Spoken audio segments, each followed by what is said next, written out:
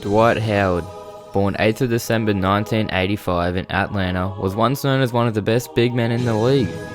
One of the greatest defensive centers all time, people at one point were starting to label him to all-time centers, like Shaquille O'Neal.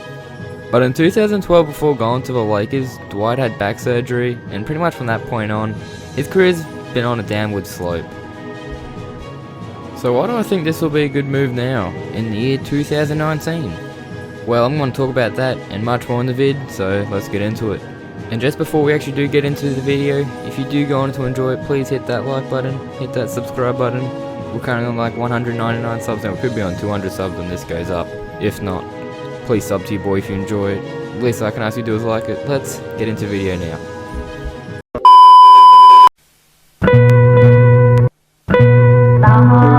So here comes the 2012-13 season, and the Lakers have now just bolstered their squad with the addition of Dwight Howard, and old Steve Nash. You put that with Kobe Bryant, Lamar Odom, Pau Gasol. There's pretty much nearly 5 all-star caliber players, so a lot of people saw the Lakers as strong favourites in the Western Conference. But what exactly went wrong? Pretty much everything. For starters, they cycled through their head coaches right from the start. After a miserable 1-4 start to the season, head coach at the time Mike Brown was just fired. It might have been a bit premature to fire your coach that early, but I guess the Lakers were that persistent on trying to win games on early, so I guess they tried to have a good change. So after Mike Brown got sacked, they brought in JB Bickerstaff to be the assistant coach while they looked for a full-time coach, and Bickerstaff, he actually went 4-1 during those 5-game span, but after that they did bring in Mike D'Antoni. And you know, D'Antoni, he's a good coach, but the way he coaches, it just really never fit the Lakers' style of play. One of the biggest flaws, and D'Antoni, he'll probably tell you this himself, was their lackadaisical defense.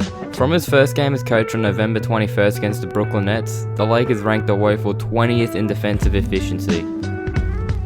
Oftentimes, the Lakers' wing players also seemed pretty helpless to guard any point guard who was pretty athletic. From athletic point guards like Russell Westbrook, from point guards that had the ball on a string like Chris Paul, to even bench players like Luke Ridnour and CJ Watson. It was just a bad look for the Lakers on defense. They'd get torched every game by any player pretty much.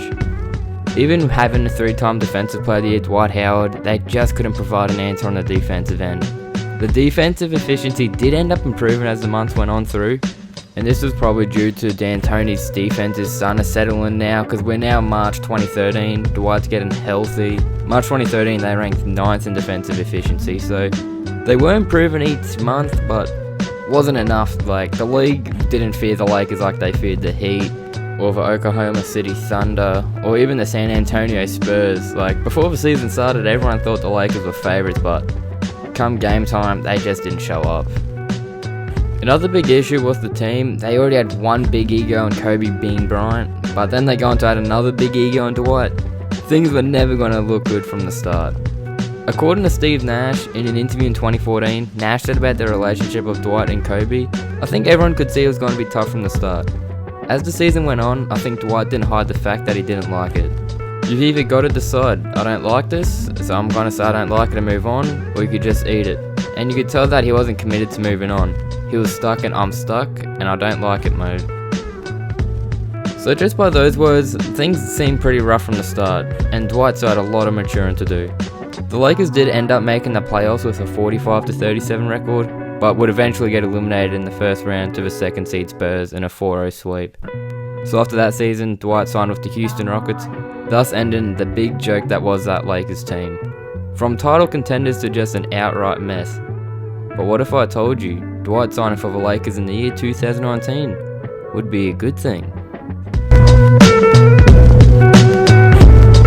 So yeah, I do believe if the Lakers do manage to nab him from the Grizzlies, whether it's through a trade or the Memphis just waive him and Lakers sign him, then that's a big W. Because when Dwight is still healthy, he can still ball. Sure, he doesn't have the consensus of being a top 5 player like he did when he first arrived at the Lakers in 2012, but it's not like he's a bum by any means.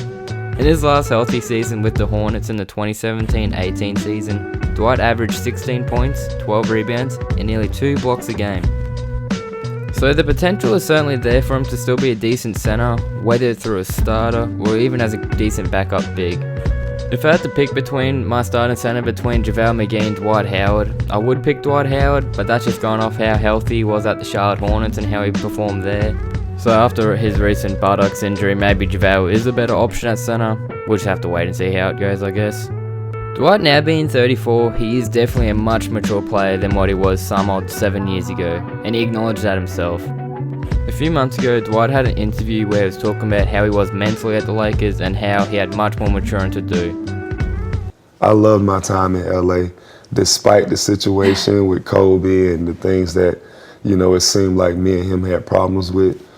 It just helped me become who I am now. I didn't have a personal problem with Kobe. Mm-hmm. I just think that we were on two different levels mentally. Yeah. I'm not be like so Mamba. That's not me. Yeah. He had a comment about me being soft. And I think for years, I kind of hated him for saying that because I looked at it the wrong way. I think he was more so talking about my mentality, not my physique or not, how I am on the court. Like your edge. Like my edge, I was soft. And, I hated it. I hated him for that moment. So, everybody reaches, different levels of, maturity at different times. And, I think at that time I was ignorant to. So with him now being better mentally, Dwight could provide to be a decent veteran on the team, along with LeBron, Danny Green, and Rajon Rondo. And besides, now that Cousins is injured, why not take a flyer on Dwight? It's low risk, high reward. All you have to do is lock up the paint and get rebounds for LeBron. And hey, who knows, he might even turn out to be half decent. He gets boards, he does his job, he makes amends with the Lakers 7 years ago, because I know Lakers fans really hate Dwight Howard.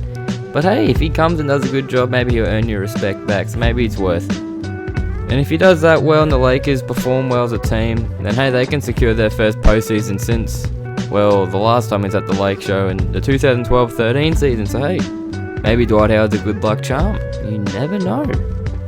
Once again, fellas, if you did go on to enjoy the video, please be sure to leave the video a like. Please be sure to sub to your boy. We might be at 200 subs. If not, road to 200 subs. If we are at 200 subs, road to 1,000 subs. And I'll catch you guys in the next video. Peace. Thank you very much. See ya. Laters. Ciao. Bye.